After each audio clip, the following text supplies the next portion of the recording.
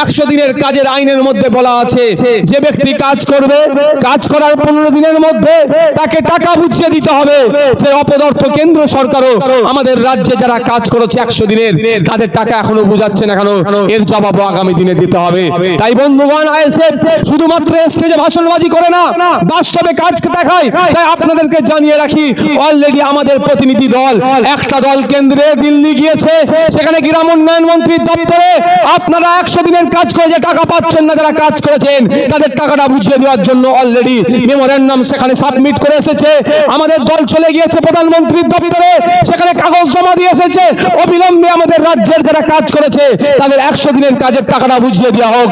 আমরা একটা নির্দিষ্ট সময় পর্যন্ত অপেক্ষা করব।